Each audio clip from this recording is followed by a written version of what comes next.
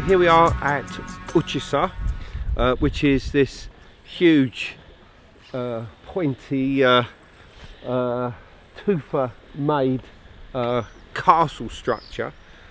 And although it seemed to be of domestic usage for the main, almost like a sort of fortress, right on the top of it, right in the very top, there are graves aligned east-west, which it would seem date back to Roman times, but the platform by their side is focused towards the east, towards the mountain Urgeus Dar, or Mount Argeus, and it seems as if the mountain itself, which is also a volcano, is the most sacred place, or it seems that the focus is towards there.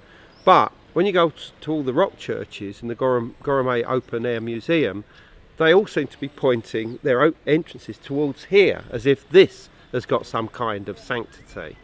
And to me, this place had some ritual or sacred function in the past, something which goes well beyond, the time of the Seljuks and that, and possibly even before the Romans. But exactly what, I don't know, but you just get the feel of that, in my opinion.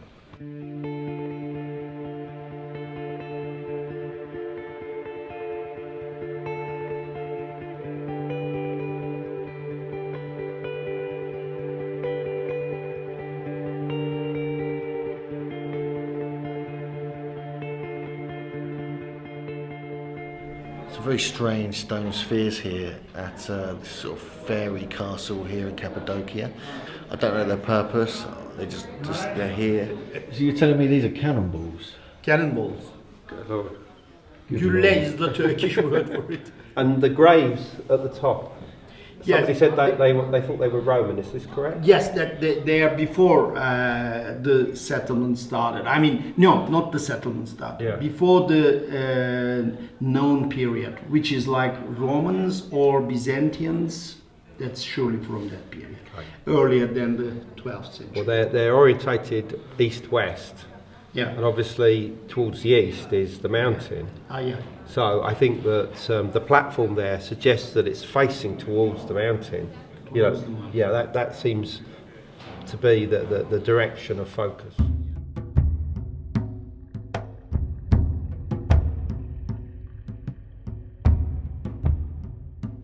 So we're just here on top of the fairy castle in Cappadocia, Turkey, and this is incredible. It's like it's not just like one fairy chimney, it's like 1,000 fairy chimneys all melded into one.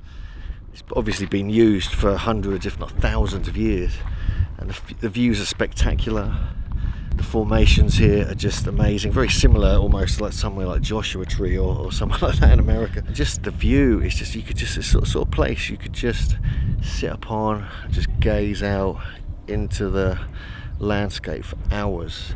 And this whole area is actually on a fault line, and I think that's what makes the energy so powerful and kind of spiritual here. And because back in 1955 there was an earthquake which actually killed thousands of people and kind of destroyed hundreds of buildings, and it makes me wonder actually if that could be the purpose of the underground cities, because they're not going to get knocked about by an earthquake. They're going to maintain their composure.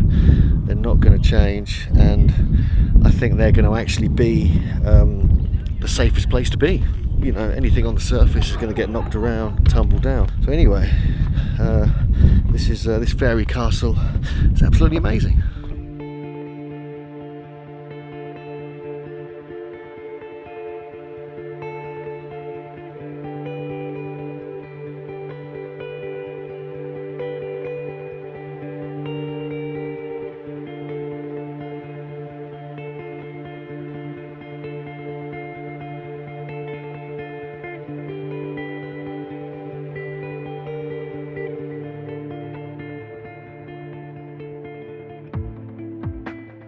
Just discovered, or Matt has pointed out here, is that in the corner by the Dark Church is another little chapel.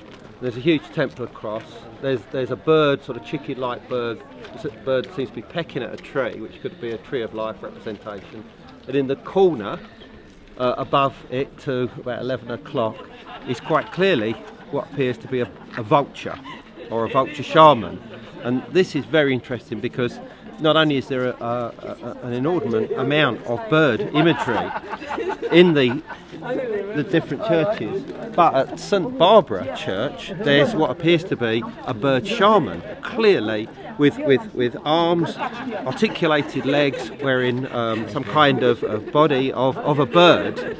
And this links it, in some strange way with the sort of imagery that you'll be seeing at Çatalhöyük, yeah. tomorrow, It's like which is several thousand years earlier. It's like the ancient system that was here somehow carried on and manifested in the different forms, or rather keeping the same forms but within different religions. So, I mean, you would not expect to find a vulture shaman in a Christian church. And that suggests a very ancient continuity of very specific cultural and spiritual ideas, which simply insert themselves into the new religions as they come along. And in Christian iconography, you can, I mean, in Islamic art, Yes. you wouldn't find such images because they concentrate on patterns. Yes. But in Christian art, you can easily insert that into it. Yeah. So, and you sense that a lot of the art here could be visionary. I mean, I the feel- more I feel primitive red ochre art. very strongly, it's visionary art. Yeah, it's visionary art, and these guys are monks. They're inducing altered states of consciousness by fasting, by meditation, maybe by mushrooms. Who knows? But it is an art of altered state of consciousness, and there is continuity with much earlier art. And these spaces are designed to induce contemplation and out of body states, I would say. Yeah. The whole thing is about all of that, and there is that tradition within Christianity of isolation, asceticism. Absolutely. Yeah. Particularly fasting, and you do 40 days of fasting, you're going to have visions for sure. Absolutely. Yeah. And of course, this whole area is the one thing it's known for is caves. Even the fairy chimneys, and the idea is that the chimneys are actually caves. That something was happening there, fire worship or fire activity. Yeah. To create the chimneys in the first place. Now, even though that might be folklore, there's something saying here that there's a connection between caves and activity, as is shown by the underground cities themselves, which obviously we have a conversation I think the earlier. underground cities are spaces designed to induce altered states of consciousness. I think they're a setting for an inner journey. I don't believe for a moment that they were places where people lived. They're completely impractical as living spaces. You have huge issues, but as a dark underground labyrinth in which to explore visionary experiences, they make a huge amount of sense. So that's the kind of realm we're in here, and it's what's intriguing about it is that it's a realm that just goes back and back and back and back and back in time, and you can see a continuity from the painted caves through Gobekli Tepe, through Çatalhöyük, right the way down thousands of years later into these supposedly Christian churches, which are still manifesting the same idea, which suggests an enormous power to this idea. Absolutely. Yeah. So we just spotted one of the churches, the rock-cut churches at Cappadocia, and it just seemed to look like there's some kind of shamanic kind of vulture dude who's just sort of carved or painted onto one of the parts of the church. So this just shows evidence that there could be connections going all the way back from like Çatalhöyük or Gobekli Tepe, and the same influences even stretched out into like the 10th century over many thousands of years. So I'm going to go and take a look at it now.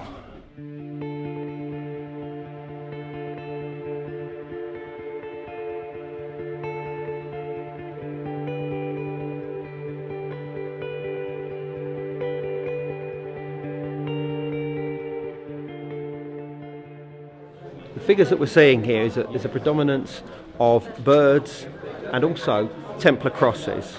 Now, these Templar crosses weren't necessarily done by the Knights Templar because many of the early frescoes and the murals here, which are in red, which is ochre, were probably done during the 10th or 11th century. However, how they get those dates, I'm not entirely sure. But on the other hand, it's almost certain that the Knights Templar were in the region, in Cappadocia.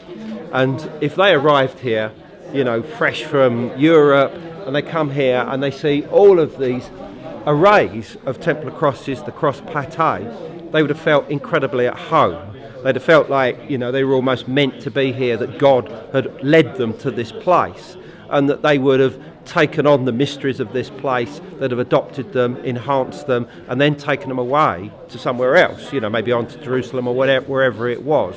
Because obviously the Crusaders passed through Turkey, or Anatolia, Asia Minor as it was then, on their way to Jerusalem.